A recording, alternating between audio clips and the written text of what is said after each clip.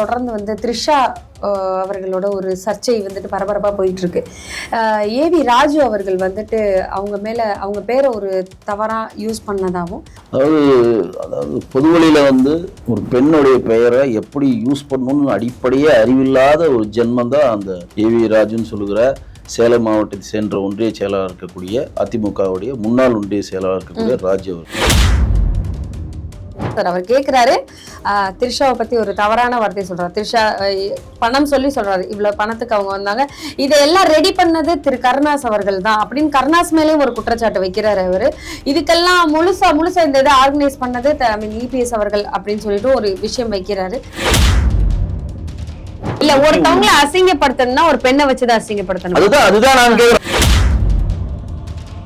என்ன வேணாலும் பேசலாம், கடைசி பேசிட்டு ஒரு மன்னிப்பு கேட்டா அது சரியாயிருங்கிற ஒரு முடிவு, சரியான முடிவு இல்ல சார். அது என்ன வேணா பேசலாம், மன்னிப்பு கேட்கறது ஏற்றுக்கொள்ளவே முடியாது. இந்தி தெரியாது போலான்னு சொல்றதுக்கு உங்களுக்கு டிஷர்ட் போட்டு உங்களுக்கு எதிர்ப்பை பதிவு செய்ய நேரம் இருக்கிற உனக்கு ஊசி எங்க நான் வந்து யோகி ஆதித்யநாத் அவர்களை பார்த்தோம்னா நான் ஸ்லாப் பண்ணுவேன், அவர் தரையில கணத்துல அரைவன் சொன்ன சித்தார்த் மாதிரி போன்ற ஆட்கள், ஜிவி பிரகாஷ் மாதிரி போன்ற ஆட்கள் இன்னும் வெளியில் நடந்தாலும் சொல்லுவேன்.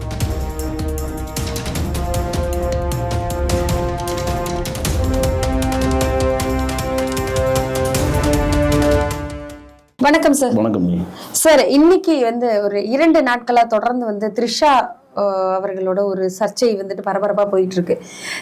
ஏவி ராஜு அவர்கள் வந்துட்டு அவங்க மேல அவங்க பேரை ஒரு தவறா யூஸ் பண்ணதாகவும், அதுக்கு இவங்க ட்விட்டர்ல வந்துட்டு ஒரு பதில் கொடுத்திருக்காங்க. பதில் கொடுத்தவொடனே இவரு நான் அப்படி சொல்லவே இல்லைன்னு பின்வாங்கியிருக்க ஒரு வீடியோவும் வந்திருக்கு. இதற்கு நிறைய நடிகைகள் நிறைய பேர் இதுக்கு ஒரு கண்டனம் தெரிவிச்சிருக்கிறாங்க. அதை நீங்க எப்படி பாக்குறீங்க? அதாவது பொதுவெளியில வந்து ஒரு பெண்ணுடைய பெயரை எப்படி யூஸ் பண்ணணும்னு அடிப்படையே அறிவில்லாத ஒரு ஜென்மம் தான் அந்த ஏவி ராஜுன்னு சொல்லுகிற சேலம் மாவட்டத்தை சேர்ந்த ஒன்றிய செயலாளர் இருக்கக்கூடிய அதிமுகவுடைய முன்னாள் ஒன்றிய செயலாளர் இருக்கக்கூடிய ராஜு அவர்கள். ஏன் அப்படின்னா, நீங்க வந்து கம்பாரிசன் பண்ற அப்படின்றதுக்காக ஈஸியா நடிகர்களை தொற்றுடலான்ற ஒரு தைரியத்தை இவர்களுக்கு யார் கொடுத்தது அப்படின்றது தான் எனக்கு மிகப்பெரிய ஒரு ஆச்சரியமா இருக்கு. அவருடைய கட்சியினுடைய தலைவியா இருந்த ஜெயலலிதா அவர்கள் அடிப்படையா ஒரு நடிகை, அவங்க புரட்சி தலைவின்னு சொல்றாங்க, பெண்ணினத்துக்கே பெருமை சேர்த்தவன் சிங்கப்பெண் என்னமோ சொல்றாங்க. ஒரு நடிப்பு துறையில் வந்து வந்தவங்க தான் அவங்களோட 2 CM. எம்ஜிஆர் அவரும் நடிப்பு துறையில் வந்தவங்க தான், ஜெயலலிதா அம்மாவும் நடிப்பு துறை வந்தோம். இன்னும் குறிப்பிட்டு சொல்லணும்னா ஜெயலலிதா அம்மா ஒரு பெண்ணினத்துக்கான ஒரு எடுத்துக்காட்டாக உதாரணமா இருக்கக்கூடிய சிங்கப்பெண்ணா விளங்குறவங்க. இந்த மாதிரி ஒரு கட்டமைப்புல இருந்த கட்சியில ஒருத்தர் பொது வழியில ஒரு பெண்ணை பற்றி தவறாக பேசுறது வந்து யாராலையும் ஏற்றுக்கொள்ள முடியாது. மிகப்பெரிய நான் பேசல அப்படின்னு சொல்றேன், நான் உங்களை பேசவே இல்லை, உங்க பேரு சொல்லவே இல்லை, நான் பேசவே இல்லை, நீங்க 25 லட்சம் ரூபாய் அந்த மாதிரி எந்த விதமான விஷயமும் நான் சொல்லவே இல்லை அப்படின்னு சொல்றாரு. அதாவது எப்படின்னா, அவர் வந்து மாட்டிக்கிட்டாரு. அதாவது என்ன அவர் என்ன எதனால இந்த பிரச்சனை வந்துச்சுன்னா, அவர் வந்து எடப்பாடி அவர்கள் கட்சியை விட்டு நீக்கிறார் அடிப்படை உறுப்பினர்ல இருந்து. அவர் வந்து கட்சியினுடைய அடிப்படை கொள்கை மீறி செயல்பட்டுக்கலாம். OPS இல்ல, நான் வேற யாரோ வந்துட்டு பணம் அதிகமா சேர்த்திருந்தாங்க, உனக்கு இவ்வளோ ஒண்ணுமே இல்லாத உனக்கு எதுக்கு இவ்வளவு பணம் வந்தது, எங்க இருந்து உனக்கு இவ்வளவு கிடைச்சது, அதை நான் கேள்வி கேட்டதுனால என்னை கட்சியை விட்டு நீக்கிட்டாங்க அப்படிங்கிற ஒரு வாக்கு மூலம் அவருடைய தரப்பு. என்னுடைய கணிப்பு கரெக்டா இருந்ததுன்னா அவர் வந்து EPS அணிக்கு மறைமுகமா பேச்சுவார்த்தை பண்ணிக்கலாம், OPS அணிக்கு இல்லாட்டி சசிகலாட்ட பேசியிருக்கலாம், தினகரன்ட்ட பேசியிருக்கலாம். அந்த மாதிரி பேசுறவங்களை மட்டும் தான் எடப்பாடி அவர்கள் வந்து கட்சி விட்டு அடிப்படை பதவியே இருக்கிறாரு. அது அவங்க கட்சி சார்ந்த விஷயம், அது நமக்கு தேவையில்லை. கட்சியில சேர்த்துக்கிறானுங்க நீக்கிறானுங்க, அது அவங்களுடைய தலைவலி. தோப்பு வெங்கடாச்சலம் சொல்லிதான் எடப்பாடி அவர்கள் வந்து நீக்கினதாதான் அவருடைய பதிவு. தோப்பு வெங்கடாச்சலம் யாருன்னா முன்னாள் அமைச்சரா இருந்தவர். அவரை வந்து அவதூறு பரப்பணுன்ற ஒரு ரீசனுக்காக நாம் பேசுற விஷயம் பொது வழியில ஒட்டுமொத்த மீடியாவும் கவரேஜ் ஆகணும், ஒட்டுமொத்த சாமானியர்கள்ட்ட இந்த விஷயம் கொண்டு போய் சேரணும்ன்றதுக்காக சினிமாவை தொடர்பை பத்தி அவர் எடுத்து பேசியிருக்காரு. ஆமா சார். அவர் கேட்கிறாரு, த்ரிஷாவை பத்தி ஒரு தவறான வார்த்தை சொல்றாரு. த்ரிஷா பணம் சொல்லி சொல்றாரு, இவ்வளவு பணத்துக்கு அவங்க வந்தாங்க, இதெல்லாம் ரெடி பண்ணது திரு கருணாஸ் அவர்கள் தான் அப்படின்னு கருணாஸ் மேலேயும் ஒரு குற்றச்சாட்டு வைக்கிறாரு அவரு.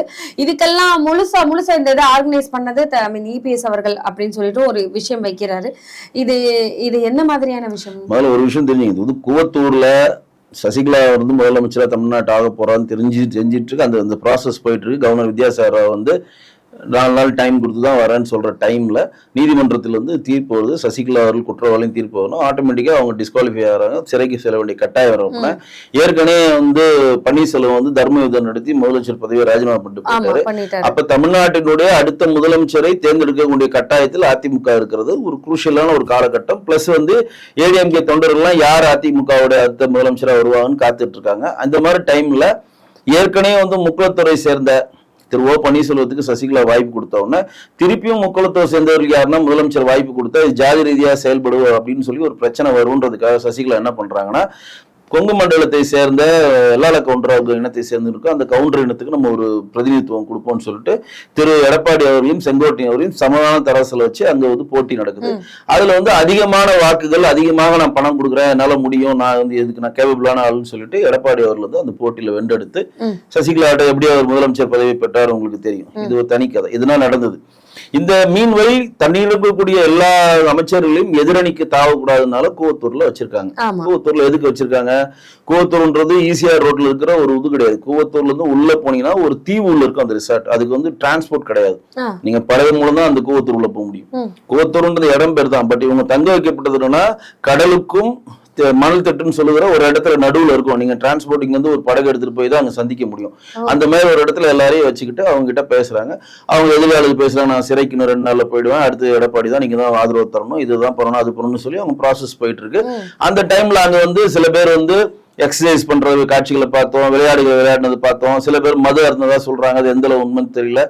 பட் எல்லா ஒட்டுமொத்த இந்தியாவில் இருக்கக்கூடிய எல்லா டிவி சேனல்களும் கூவத்துறை நோக்கி தான் திரும்பி இருக்கின்றன.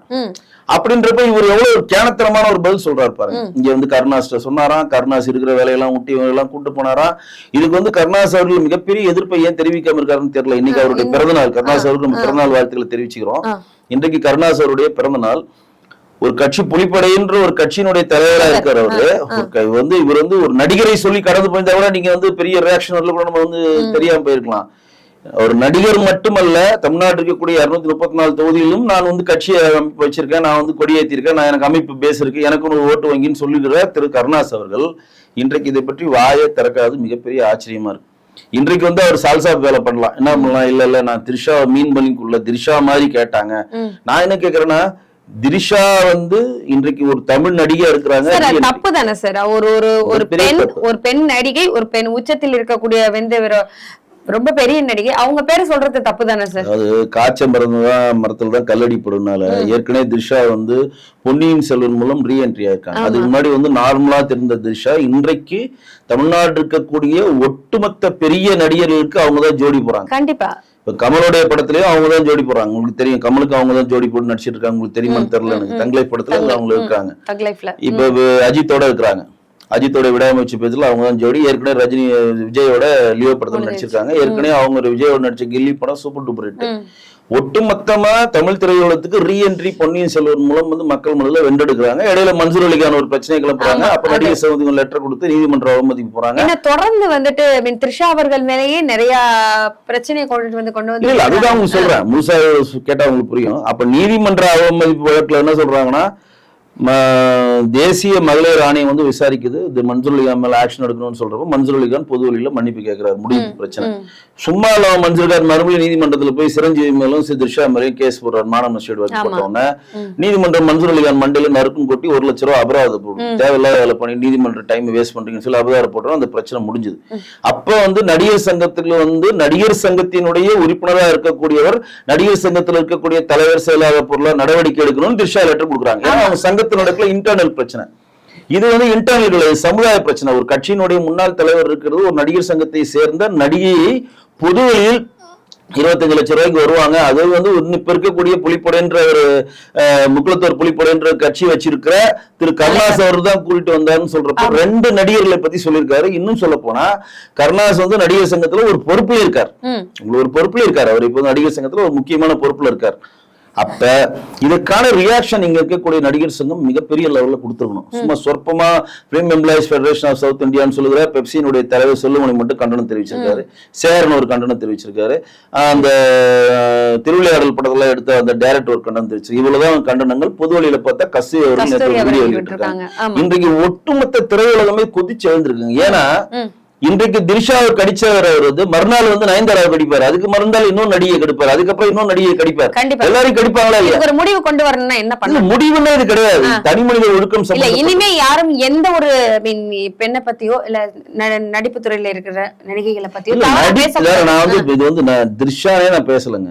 எந்த ஒரு பெண்ணையும் பொது வழியில எப்படி நீங்க பெயரிட்டு சொல்ல முடியும்? கண்டிப்பா கண்டிப்பா. அவருக்கு இந்த ராஜு அவர் இருக்காரு, அவருடைய சகோதரியோ தெளிவா வந்து அந்த வீடியோ வந்துருச்சு. இப்ப வந்துட்டு இல்ல அப்படின்னா அது வந்து ஜால்ஜாப்காரன்னு சொல்லிட்டேன். இப்ப ராஜு வந்து அவருடைய சகோதரியோ, அவங்க அம்மாமார்கள், தங்கைமார்கள், அக்காமார்கள் நம்மளுடைய குடும்பத்தை சேர்ந்தவங்க தான், நம்மளுடைய சகோதரிகள் தான். அவருடைய பெயரை பயன்படுத்தி யாராவது இப்படி பொது வழியில சொன்னா ராஜுக்கு கத்தி எடுத்துட்டு ஓடுவாரா இல்லையா? கண்டிப்பா. அந்த சொரணை, சூடு, சொரணை, மானம், வெக்கம் எல்லாமே அவருக்கு இருக்கும்ல. அப்ப உனக்கு மட்டும் மானம், வெக்கம், சூடு, சொரணை இருக்கு, மத்தவங்க எல்லாம் தவிட்டுக்கா இருக்காங்க. கண்டிப்பா. இந்த ஒரு அடிப்படை அறிவு இவரெல்லாம் எப்படி ஒன்றிய முன்னாள் செயலராக இருந்தாரு எனக்கு ஆச்சரியமா இருக்குங்க. ஒரு பொது வழியில ஒரு மீடியால எப்படி பேசணும்னு தெரியாதவங்க எப்படி அரசியல் ஒரு பெண்களை இவ்வளவு இழிவா பேசுற அளவுக்கு அவருக்கு மைண்ட் இருந்துச்சு. தகுதி இல்லை. வெங்கடாச்சலம்ன்ற அந்த முன்னாள் மினிஸ்டர் மேல இருக்க கோபத்தை எதையாவது அவர் டேமேஜ் பண்ணணும். நான் வந்து அதிமுக காரன் கிடையாது, நான் சொல்றேன் அவர் அவங்க கட்சிக்குள்ள டேமேஜ் பண்ணுன்றப்ப ஒட்டுமொத்த இபிஎஸ் கூடாரத்தை பத்தி நம்ம தவறா பேசணும். அப்ப நான் எழுப்பேன். கருணாசா இந்த வேலையை பார்த்தாரு, திரிஷாக்கெல்லாம் அவங்க கேட்டாங்க, அவங்க அங்க போய் என்னெல்லாம் பார்த்தா நான் பார்த்துருந்தேன்னா அவங்க மனசுக்குள் எவ்வளவு வக்ரம் இருக்கு, எவ்வளவு ஒரு கேவலமான ஒருத்தவங்களை அசிங்கப்படுத்தணும்னா ஒரு பெண்ணை வச்சுதான் அசிங்கப்படுத்தணும். அதுதான் நான் கேக்குறேன். நான் இப்ப சொல்றது இப்பயும் சொல்றது திரிஷான்றதுனால நம்ம இந்த இன்டர்வியூ கண்டிப்பா கண்டிப்பா திரிஷா தவிர XYZ எந்த பேரை சொல்லியிருந்தாலும் அது மிகப்பெரிய தவறு. இப்ப அவருடைய குடும்பத்தில் இருக்க யாருன்னா பொது வழியில் இந்த மாதிரி பேர் சொன்னா அவருக்கு எவ்வளவு கோவம் வருமோ அதுக்கு இங்க இருக்கக்கூடிய தமிழ் உணர்வாளிகள் எல்லாருக்குமே அந்த கோவம் வரும். ஏற்கனவே மன்சூர் அலிகான்ல வந்து அவங்க கோர்ட்டு படி இருந்தாங்க, மன்சூர் அலிகான் மன்னிப்பு கேட்டார், இதோட முடிச்சிருக்கேன், நான் இனிமே மன்சூர் அலிகான் நடிக்க மாட்டேன்னு சொல்லிட்டாங்க. இப்பயும் நீதிமன்றம் நாங்க வந்து போறோம், நீதிமன்றத்தில் அவமதிப்பு போயிடும் சொல்றாங்க. இதுக்கு நான் என்ன கோரிக்கை வைக்கின்றேன்னா தானாக முன் வந்து தேசிய மகளிர் ஆணையத்தினுடைய உறுப்பினர் புஷ்ப மேடம் இருக்காங்க, அவங்க இதையும் எடுக்கணும். இது வந்து ஆட்டை கடிச்சு மாட்டை கடிச்சு மனுஷனை கடிக்கிற மாதிரி ஒவ்வொருத்தரும் பொது வழியில வந்து நடிகைகளை கேவலமா பேசுறதும் நடிகர்களை பேசுறதும் கூத்தாடிகள் சொல்றது வந்து தவிர்க்கப்படணும், கண்டிக்கப்படணும். ஏன்னா இன்றைக்கு தமிழ்நாட்டுடைய ஒட்டுமொத்த முதலமைச்சர் பட்டியல் எடுத்தீங்கன்னா நடிகர்கள் தான் இருக்கிறாங்க. இன்றைக்கு திமுக கொண்டாடுகிற உதயநிதி ஒரு நடிகர் தான். இன்றைக்கு 1 கோடி ரூபாய் கொடுத்திருக்காரு, நடிகர் சங்க கட்டணத்தில் நிதியா சொல்லி கொடுத்திருக்காரு. அவர் நடிகர்ன்ற ஒரு கண்டென்ட்ல அவர் கொடுத்திருக்காரு. நடிகர் சங்கத்தின் ஆயுள் கால உறுப்பினர், நான் 1 கோடி வழங்குறேன், ஆளுக்கு 1 கோடி தரும், தீர்மானம் நிறைவேற்றி நான் 1 கோடி ஃபர்ஸ்ட் கொடுக்குறேன்னு சொல்லி கொடுத்திருக்காங்க. அடிப்படையா அவர் ஒரு நடிகர். இன்றைக்கு கட்சி ஆரம்பிச்சிருக்க தமிழக வெற்றி கழகம் சொல்லிட்டு மறுபடியும் இக்கு சேர்த்த விஜய் அவர்கள் இன்றைக்கு வந்து திரிஷா அவர்களுக்கு இவ்வளவு பெரிய அவமானம் நடந்துட்டு இருக்கிறது எந்த ஒரு பதிவும் போடல. அப்ப நடிப்போட முடிஞ்சிருச்சா? பொது வழியில நீங்க நேத்து லியோ படத்துக்கு அப்ப இந்த மாதிரி பிரச்சனை வந்தா நம்ம விஜய் கேட்க மாட்டோம், ஏன்னா ஒரு நடிகர்களை அடிச்சுக்கிறாங்க போய்க்கிறான்னு சொல்லிக்கலாம். இன்றைக்கு ஒரு கட்சியுடைய தலைவர், நம்மளுடைய தமிழ்நாட்டில் இருக்கக்கூடிய 8 கோடி பெண்கள் இல்ல 4 கோடி பெண்கள்ல ஒரு பெண் பாதிக்கப்பட்டாலும் பொதுவெளி வந்து போராடணும் கட்சி கண்டிப்பா பண்ணணும். முன்னாடி மாதிரி நீங்க போயிட்டு ட்விட்டர் போட்டுட்டு ஷூட்டிங்ல இருக்கிறேன், நான் இங்க இருக்கிறேன் அங்க இருக்கிறேன் ஜால்ஜா வேலை பண்ண முடியாது. இன்னைக்கு தமிழ்நாட்டுல எந்த அநீதி இருந்தாலும் முதல் குரல் கொடுக்க வேண்டியது விஜய். இன்னும் சொல்ல போனா அதிகமான குரலை விஜய் அவர் கொடுக்கணும். ஏன்னா திரிஷாவோட லேட்டஸ்டா நடிச்சது அவர் தான். கண்டிப்பா அஜித் அவர்கள் எதுக்கும் வாய் திறக்க மாட்டார், எதுக்கும் திறக்க மாட்டார். சோ அஜித் வந்து ஒரு ப்ரொஃபஷனலான ஒரு ஆக்டர், வருவார், நடிப்பார், போவார். எவன் ஜெத்தாலும் அவருக்கு கவலை இல்லை, எவன் உயிரோட இருந்தாலும் கவலை இல்லை. ரசிகர் வந்தாலும் அவனை அடிச்சு துரத்துவானுங்க. ப்ரொடியூசர் உயிரோட இருந்தாலும் அவருக்கு ஏன் பார்க்க மாட்டார், ப்ரொடியூசர் செத்து போனாலும் அவர் கவலைப்பட மாட்டார். அவருக்கு வேண்டியது 8 மணி நேரம் நடிப்பாரு, பணத்தை வாங்குவார், ஒரு குடும்பத்தை நல்லா கேட்டா நான் வந்து என்னோட வேலையை நான் அவ்வளவுதான் வச்சுப்பேன், இதுக்கெல்லாம் தலையிட மாட்டேன். ஒரு படம் வெற்றி அடைஞ்சாலும் வரமாட்டாரு, தோல்வி அடைஞ்சாலும் வரமாட்டாரு, எதையும் நான் கண்டுக்க மாட்டேன்ற அந்த மாதிரி கேரக்டர். சோ அவர் வந்து திரிஷா குரல் கொடுப்பான்னு நம்ம நினைக்க வேண்டிய தேவையில்லை. ஆனா விஜய் அவர்கள் இன்றைக்கு பொது வழியில் ஒரு கட்சியினுடைய தலைவராக இருக்கிறார். சமத்துவ மக்கள் கட்சியினுடைய சரத்குமார் குரல் கொடுக்கணும். முன்னாள் தலைவர் டீராஜர் வந்து லட்சிய திமுக ஆரம்பிச்ச அவர் குரல் கொடுக்கணும். எம்ஜிஆர் மக்கள் மன்றம் ஆரம்பிச்ச பாக்யராஜ் குரல் கொடுக்கணும். மக்கள் தமிழக மக்கள் முன்னேற்றம் சொல்லி சிவாஜி கணேசன் ஆரம்பிச்சார், அவருடைய மகங்களா இருக்கக்கூடிய பிரபு அவர்கள் குரல். இவரெல்லாம் வந்து நான் வந்து அரசியல் கலந்து சினிமாவில் நகர்ந்து நான் சொல்றேன். ஒட்டுமொத்த சினிமா உலகம் கண்டிப்பாக பண்ணணும். இன்னைக்கு பெப்சினுடைய தலைவர் ஒரு நாள் வேலை நிறுத்த மாதிரி அடையாள வேலை நிறுத்த பண்ணணும்.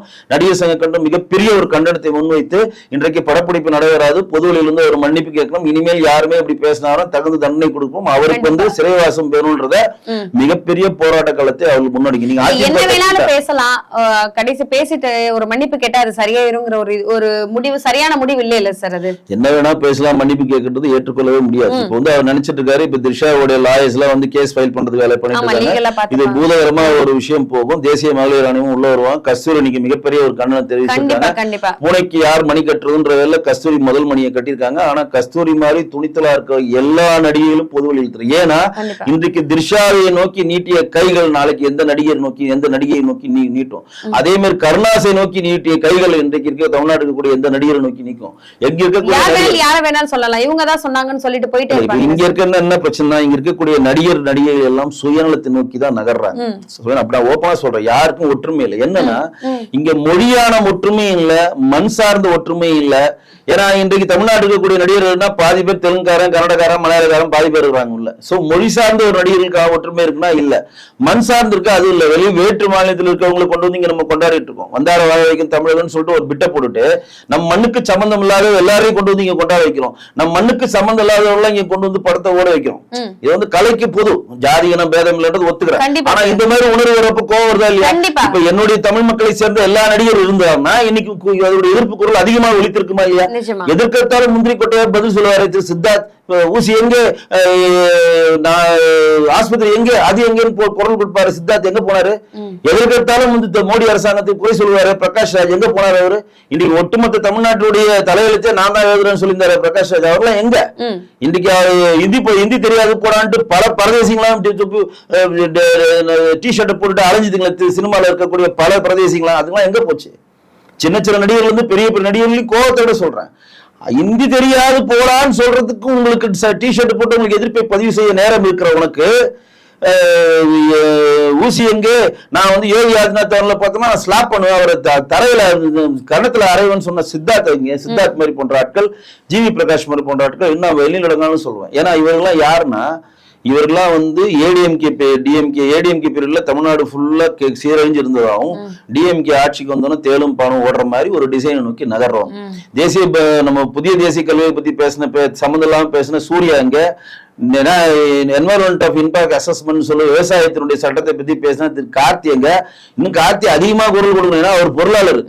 இன்றைக்கு வந்து எங்க வீட்டுல தண்ணி வந்துருச்சு, திருட்டு விசிடியை பிடிப்பேன், நான் இன்னும் அரசியல் ஈடுபடுறேன்ட்டு சொல்லிட்டு திடுற விஷால் எங்க, எல்லாம் எதுக்குமே பேசாம இருக்கிற நாசர் எங்க, உங்களுடைய சக நிர்வாகி இருக்கக்கூடிய கருணாசி ஒருத்தர் தப்பான மொழியில் சொல்றான். அந்த மொழியை சொல்ல கூட நமக்கு நீங்க இதுவரையும் வாய் விட்டு சொல்ல, அவருக்கு என்ன விட சொன்னா நம்மள வாய் விட்டு சொல்ல, வாய் விட்டு ஒரு நேர்காணல சொல்ல முடியாத ஒரு மொழியை அவன் பயன்படுத்திக்கிறான். அவ்வளவு ஒரு கேவலமானவன இன்றைக்கு தமிழ் திரையுலகமே கண்டிச்சு ஒரு ஒன்று கூடி மிகப்பெரிய ஒரு கண்டன குரல் எழுப்பி மாண்பு முதலமைச்சர் திரு மு க ஸ்டாலினோட மனு கொடுத்து இவரை சிறையில் அடிக்கணும் அப்படின்ற ஒற்றுமையை இங்க பறைசாற்ற வேண்டிய நேரம் கடந்து போக முடியாது. ஏன்னா மறதி வந்து தேசியவாதி சொல்ற மாதிரி டக்குன்னு 2 நாள் முன்னால வேற பிரச்சனை வந்து கடந்து போற மாதிரி தயவு செய்து கடந்து போனீங்கன்னா இதே மாதிரி இது நடிகைகளுடைய அப்பட்டமான அவர்கள் வாழ்வியலும் அவருடைய சமுதாய போக்கும் எதிர்கால சிந்தனையும் அவர்கள் என்ன மாதிரி வாழ்க்கையை நகர்றாங்க, அவர்கள் என்ன மாதிரி எதிரிகளால் பார்க்கப்படுகிறாங்க, அவர்கள் என்ன மாதிரி இழி சொற்களால் மற்றவர்களால் கூப்பிடப்படுகிறார்ன்றத அப்படியே விளக்கமா சொல்லிட்டாரு. இதுக்கு ஒரு சரியான தண்டனை கொடுத்தால்தான் நார்மலா வாழ்ற சாதாரண பெண்களுக்கு கூட ஒரு தைரியம் வரும். யாராவது நம்மள தப்பா பேசினா நம்ம இந்த மாதிரியான நடவடிக்கை எடுக்கணும், அவங்களுக்கு ஒரு தைரியம் வரும். அதுதான் முன்னாடி பதிலே சொன்னேன். இது வந்து திர்ஷாவுக்காக நம்ம இந்த காணொலி பேச